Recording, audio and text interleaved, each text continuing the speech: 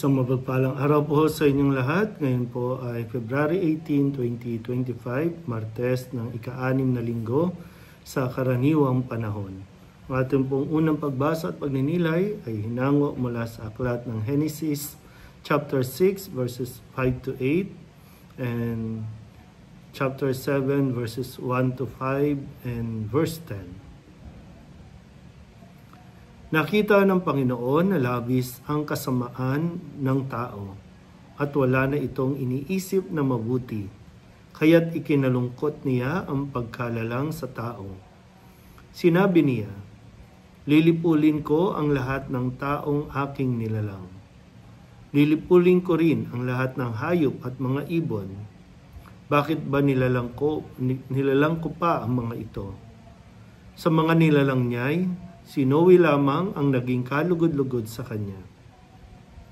Sinabi ng Panginoon kay Noe, "Pumasok kayong mag-anak sa daong. Sa lahat ng tao'y ikaw lamang ang karapat-dapat sa akin. Magdala ka ng 7 paris sa bawat hayop na malinis at 1 paris naman sa di malinis. 7 paris din sa bawat uri ng ibon ang iyong dadalhin. Gawin mo ito upang ang bawat uri ng ibon at hayop ay maligtas. Sa gayoy, daraming muli ang mga ito. Pagkaraan ng 1 linggo, pauulanin ko ng 40 araw at 40 gabi upang lipulin ang lahat ng aking nilikha sa daigdig."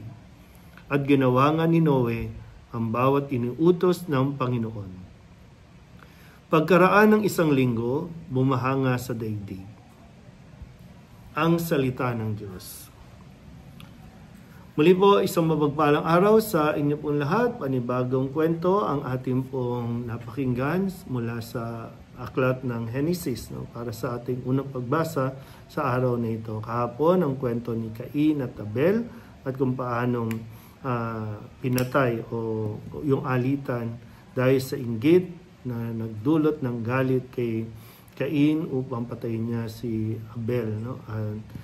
Doon ay talagang sunod-sunod po yung pagpasok ng kasalanan. At ngayon naman sa kwento ng ating unang pagbasa, patuloy na nagkakasala at patuloy na nagiging masama ang tao. Kaya nga sabi dito, labis na pinagsisihan ng Panginoon sa kanyang sinabi na bakit ba nilalang ko pa ang mga ito. Kaya naisipan niya na lipulin ang mga ito maliban lamang sa kay Noe at sa kanyang pamilya na naging kalugod-lugod sa Diyos. At dito binigyan siya ng instructions, kwento naman ni Noe na kung ano ang dapat niyang gawin upang sila po ay maligtas. Sadya nga po na kapag ang tao marunong makinig sa Diyos, siya ay naliligtas. Pwedeng sa paningin ng tao, may mga problema, maraming mga pagsubok, pero sa kahuli-hulihan, ito ay nagdadala ng kaligtasan sa taong patuloy na nananalig sa Diyos, patuloy na tumutupad sa kagustuhan ng Diyos. Kaya nawa, sa napakarami natin din pwedeng balikan sa ating buhay, dahil kung hindi natin aalalahanin ang mga ito, patuloy din tayong magkakamali. At kung ano ang nangyari sa nakalipas, uulitin lang natin. Pero nawa, marami na pong kwento sa ating ebanghelyo ng pagtalikod sa Diyos. Maraming henerasyon na dahil sa hindi nila pagkilala sa Diyos, ay talagang nagdanas ang buong bayan, buong bansa, hindi lang sa atin, kundi buong mundo ay nagdaranas ng matinding pagdurusa dahil na rin sa kanilang katigasan ng ulo. At huwag natin sana ulitin sa panahon natin ngayon.